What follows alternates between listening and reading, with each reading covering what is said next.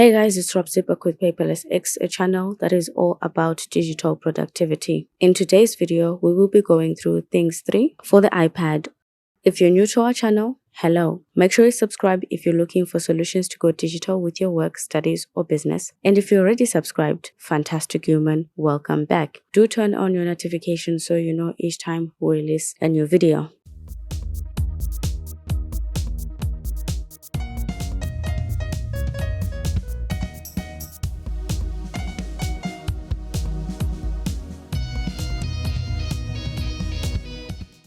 Things 3 is a task managing app that is available for your iPhone, iPad, Apple Watch, and Mac. It costs $9.99 for your iOS and Apple Watch, $19.99 for your iPad, and $49.99 for your Mac. All these three are one-time purchases, and this review focuses on the iPad version of Things 3. Like the other planning apps we have reviewed on this channel, Apple Reminders and Apple Calendar, the homepage in Things 3 is also the working space of the application. The left sidebar is the navigation area for the application. From the top, you can see the tasks you have in your inbox: today, upcoming, anytime, someday, and logbook. We will delve deeper into these when we talk about the organization in the application. You can add a new list using the massive plus icon at the bottom right corner of the screen. Your new tasks opens up on your screen and you can rename it.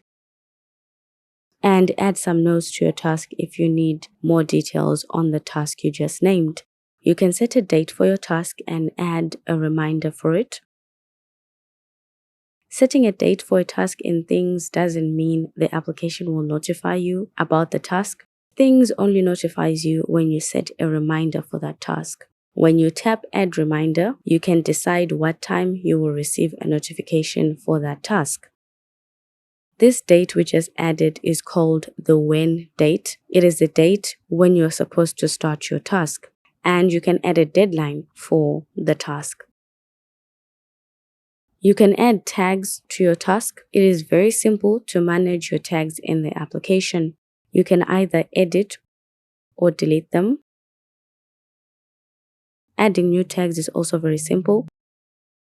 Tags add another layer of organization to your lists, allowing you to filter your tasks to display tasks for certain tags only. You can create subtasks for your list in case your tasks have smaller steps you need to complete in order to complete the full task. So for example, you can create a task to go shopping tomorrow and then add all the items you need to buy at the supermarket. You can repeat tasks in Things. When you have a recurring routine, you can automate tasks that you do. Your automation could be after completion of an already set task or regularly regardless of incompletion of previous tasks. When you want to repeat your task after completing them, you can set your app to repeat after a certain number of days, weeks, months, or years. You can set a task to repeat 2 days after you've completed it, for example. For your regularly repeating tasks, you can repeat them every day, every week, on specific weekdays, every month, on specific dates or days, or every year on specific dates, days, and months. Planning applications are amazing for automation, especially for repeating tasks. You can set them once a year, once a month, once every week. Once you've decided the frequency of your regular task, the app shows you the next date for your task. You can change it if you want. You can also set a deadline after a specific date or after a certain number of repetitions. For your deadline, you can set it for the same day as the day you start your task, or you can set your deadline a few days earlier so that your tasks appear 2 days before your deadline. So your tasks appear in your to-do list a bit earlier, which can be helpful. You can also set a reminder for each copy of your tasks. You can add to-do lists from a number of different applications. These include, but are not limited to, Apple Notes, Agenda,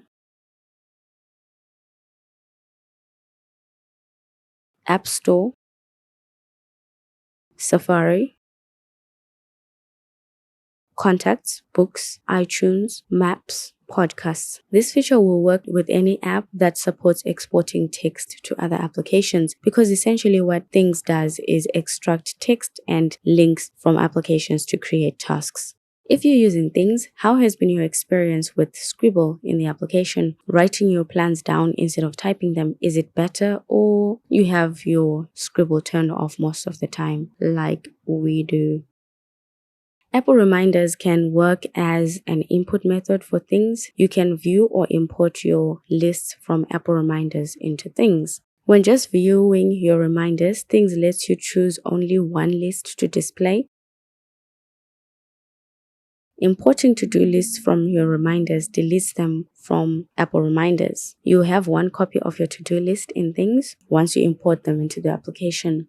Note that Things does not support some features that are supported in Apple Reminders. So when you're importing your data, you can't import lists that contain the following items into Things: attachments, list groups, subtasks, location-based reminders, messaging someone-based reminders, and recurring tasks. Things cannot read some items like list groups, subtasks, and recurring tasks. These are supported in Things, but the application cannot read them from Apple Reminders. It's a good thing that Things doesn't attempt to import tasks with features that it does not support. Otherwise, you'd lose valuable data. You can import tasks with priorities and flags, but the flags and priorities themselves don't appear in Things. You have to tag your tasks again after moving them into Things, which can be a bit of work. For an advanced Apple Reminders user, this integration between Apple Reminders and Things is sort of useless if some of the reminders won't show up at all, and you still have to do more work when you import your to-dos into Things. You can create to-dos by sending an email to Things Cloud, and it appears in your Things inbox. The subject of your email becomes your task and the email body your note.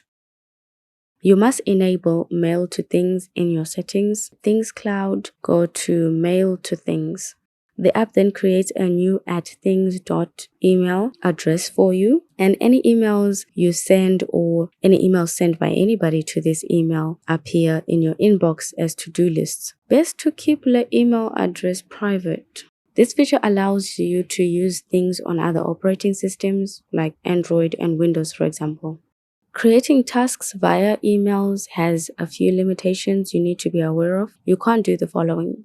You can't add more than 2,000 characters in your note when you're creating them from an email. You can't attach files, so if the email has any attachments, the application will simply ignore them. You are limited to less than 50 emails every 24 hours. And these are not the only limitations you get when creating lists in Things. Generally, in the whole application, you can't create tasks that have more than text or link information. Things does not support adding images or attachments. Things does not have the option to create location-based reminders, but you can set these kinds of reminders using shortcuts. They are not really reminders, just automation for you when you arrive or leave places.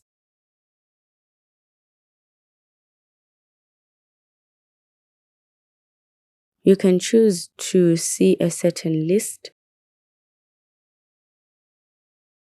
and filter what shows up using your tags when you arrive at a particular place. It's not actually a proper reminder when you think about it, but it's an option that works. You can also trigger actions for Things for time of day, alarm, messages. All the things in your personal automation options can be used to trigger reminders in your Things app. You can select multiple tasks in your list to change their when date, move them to a different project, mark them as completed, set tags, set deadline, duplicate, share, or delete them. Once you've deleted something, it's gone forever because the application doesn't have a recycle bin. You can shake your iPad immediately after deleting something to recover it if you've made a mistake. And that's all you'll be recovering in Things, the last task you deleted. A project is a group of tasks, and an area is a list of projects. The bottom plus new list icon lets you add a new project or a new area. When you create a new project, you can rename it and add some notes to it. All the options you get for your tasks are also available for your project, as well as the option to open this project in a new window. Things supports multiple instances in iPadOS, and it also supports dock mode. You can add new heading to organize your project. Suppose you have subsections of your projects that you need to focus on. It makes your tasks a lot easier to understand and keep track of. For example, under this project, Things to Buy, there are several headings for apps, gifts, devices, and personal. When you set a start date for your project or add them for some day, they become inactive, meaning they will not appear on your sidebar. The sidebar only shows projects you are currently working on. You can see your areas on this left sidebar, and when you tap them, you can see them on the right working space of the application. You can also tag your areas and add new projects. In Things, you can easily rearrange your tasks, projects, and areas by dragging them from one place to another. It is a fast and efficient way to organize your content in the application. You can search through your to-do lists, projects, and tags. Your search pop-up window also lists sections you recently opened. Inbox displays to-do lists from Apple Reminders and Things Cloud email. You can also add tasks to your inbox that you're thinking about doing but not sure when you want to start on them. This just helps you get them off your mind until you've figured out when you want to do them. The Today section shows your schedule for today. All the things you need to either start or finish on that day appear here. The app has an option to set some of today's tasks for the evening. This moves them out of the way, but you don't lose track of them. Above today's list, you have a section showing events from your Apple Calendar. This section only shows your calendar events. You can't import events from Apple Calendar or interact with them. You can decide what calendars you see in Things. A few items are missing in Things to make it the perfect planning application. You can't collaborate on specific tasks with someone. You can only share the Things Cloud account, and they get to see all the content in that account. Not very convenient. You don't have direct integration of your Google or Outlook calendars in Things. The only way to see these calendars in Things is to have them sync with your Apple Calendar first. It makes you question why you'd need to buy Things, doesn't it? Upcoming shows you the next week at a glance, starting from tomorrow, which is the next day. You can see the rest of the month and the next 4 months in this section. Your upcoming events also show your Apple Calendar events as well. Anytime shows all the tasks you haven't scheduled for specific dates, tasks without a start date or deadline. Any task you create without any date whatsoever. For tasks that fall under someday, you actually have to set a task for someday when you're creating it for it to appear here.